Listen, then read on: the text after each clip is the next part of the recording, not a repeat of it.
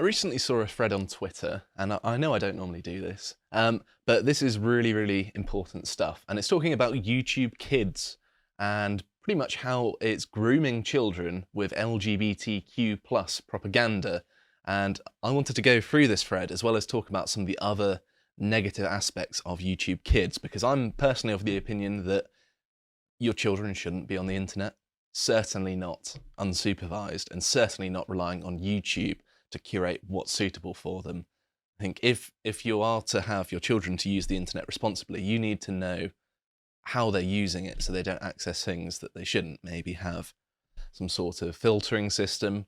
I mean, I'm pretty pro using the internet, but even then, like if I remember correctly, I mean, I must have been around about 13, 15 when I started using it properly, when it really took off with, well, social media and stuff. Mm-hmm. And I've seen everything horrible on the internet possible, even from a young age. Yeah. It didn't mess me up that bad. But I think you're right, and particularly for younger children, I mean. But also, the law agrees with you in a lot of respects. You may remember, and we've had this conversation before, but I want to mention it for everyone, which is that Facebook, etc., used to have this thing where they were like, well, you can't sign up if you're under 13. We don't want little kids on the platform for obvious reasons.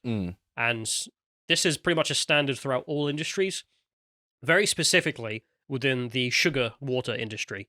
So Coke versus Pepsi. It was actually a legal requirement, I believe, in the US and the UK, which is that you can't advertise to kids under a certain age, with the obvious point that you're literally just giving them sugar water, like it's poison. Don't give it to kids. And on the sly, we found out Facebook, Pepsi, and Coca-Cola have all been having private meetings. This is just various leaks throughout time. That they do sit around and think, how do we get kids addicted to our brand?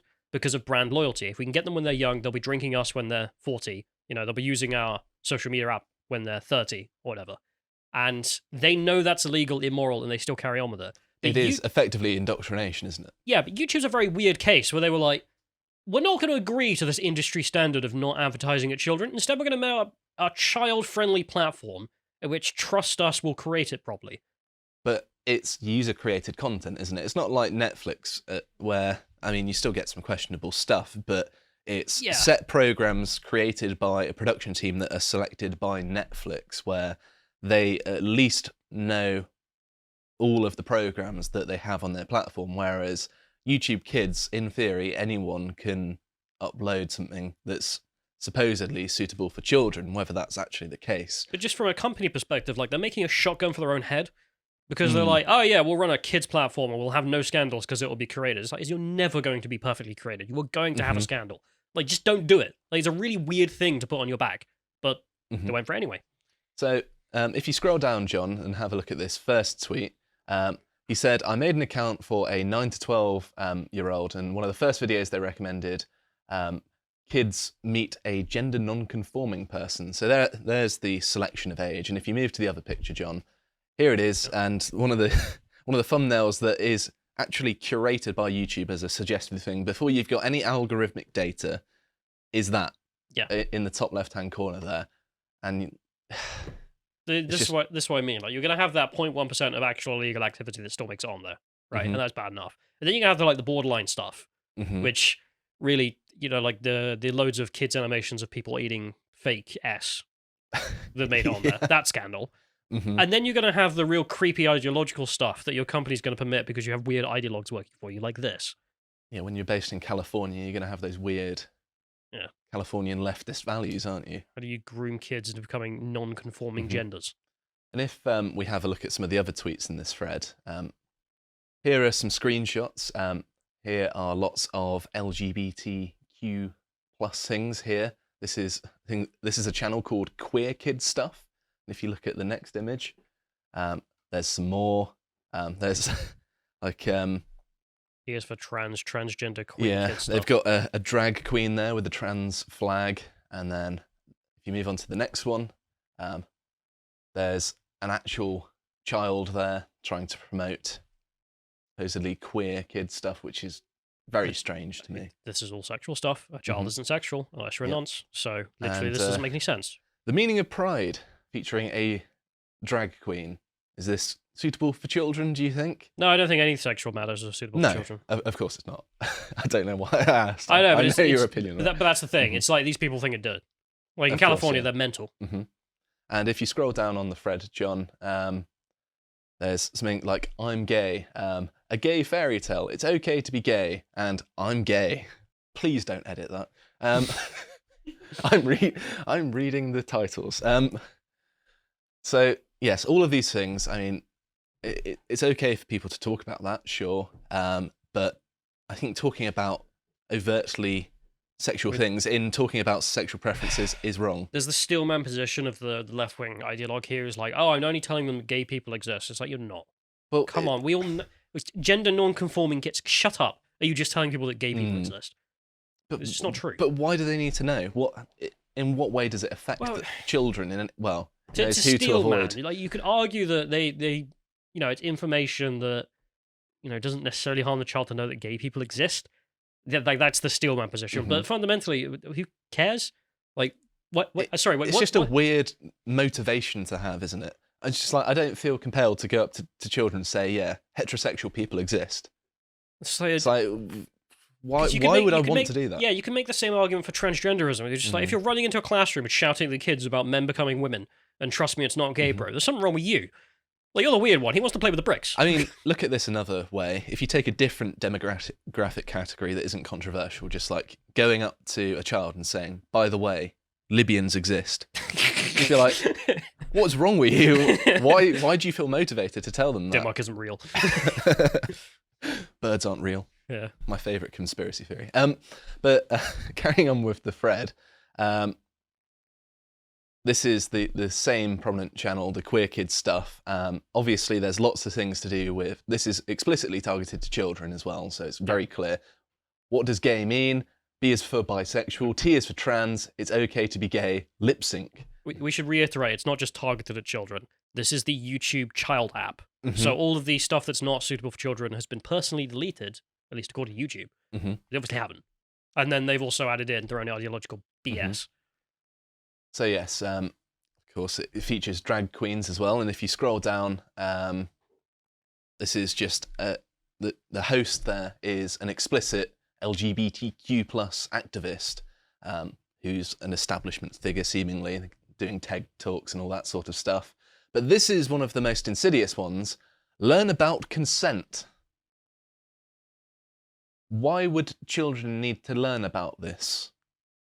I mean, well, it's entirely obvious why they want to teach them about it, but children shouldn't need to know this concept because they're children. The only steelman I can think of is like, just in case they're abused and they know they were abused, you can report it. Yeah. Funnily enough, I don't think that's what is going to be the result of that conversation. Just speculation, be honest. But framing it about consent is still a strange way of doing it. I mean, there are many other ways that seem far more reasonable in that context. And I think that is an important conversation to have with children. And moving on to some of the other stuff, he draws attention to lots of other sinister undertones, and he links it to the rise of MAPs, who are minor attracted persons. And I think that's a reasonable link to make, considering people are explicitly targeting children. I mean, why else would they be doing this sort of thing? And curiously enough, the only media outlets I've really found that have been talking about this sort of thing have been Hindu outlets. So here's the Hindu Post: how YouTube is grooming children with LGBTQ plus propaganda and destroying their innocence. I mean, I like the framing of that title. Well done, Hindus. And there's another one as well, which is just titled, How to Stop Your Child from Watching Adult Content on YouTube. And it just gives parents steps. I mean, the obvious answer is, yes, YouTube Kids isn't suitable for kids. But well done, Hindus, for actually doing something. Everyone else, shame on you. But there are also lots of other things that kids are being taught. Here's a video which I think Harry was leading, where he's talking about what was being taught to them in schools, because of course this, you've got lots of infiltration into the education system, and then they're getting these ideas in their heads, and then they go home, they go on YouTube in their free time, and then YouTube's reinforcing these ideas even more. So it seems like they can't escape the brainwashing, which is rather unfortunate. But one thing that you might not have known about Callum is that even things like this next thing is on YouTube Kids. So Sam Smith's raunchy music video sparks controversy. Critics slam hypersexualized content of "I'm not here to make friends" and call for age restriction as children as young as 5 can watch it on YouTube. Now we're going to check if WAP's on there real quick. But if you can scroll down, John, and look at some of the screenshots, there he is in what seems to be an overtly sexualized music video. And I think there is at one point where there are liquids being sprayed into his open mouth, which is meant to simulate urine.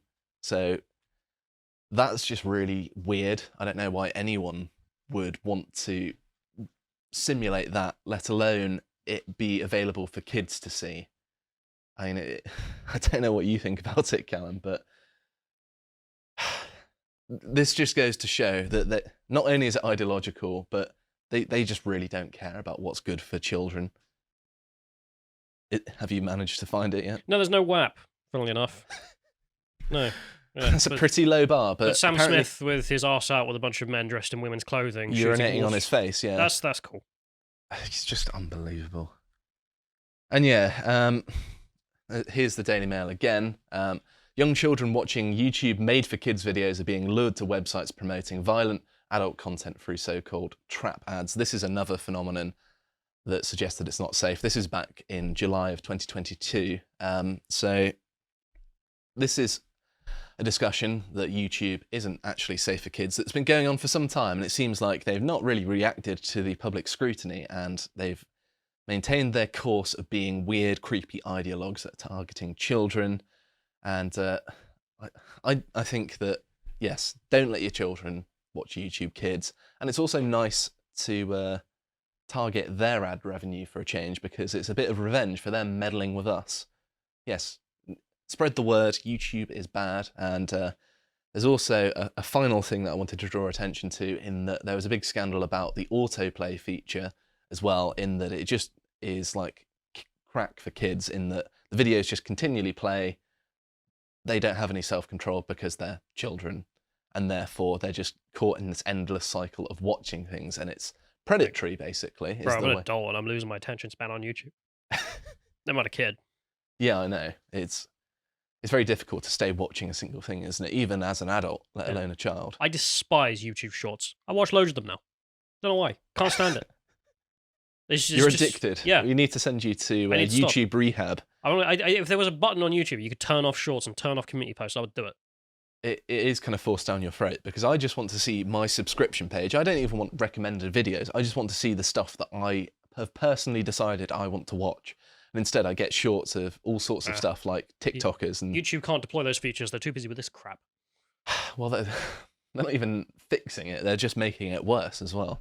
And I mean, it's obviously deliberate indoctrination. So let everyone know, if your children are on YouTube, don't let them do it. Give them something more wholesome to do. Maybe give them a nice children's book or entertainment that you know is okay. But don't rely on YouTube, because YouTube cannot be trusted. If you appreciated that segment from the podcast of the Lotus Eaters, you can go to lotuseaters.com to get access to all the premium content we have on the site, such as the Contemplation series we do, this one on Celtic mythology and their gods. If you'd like to find out what else we're putting out, you can follow us on Getter at lotuseaters_com on Getter. Thank you and goodbye.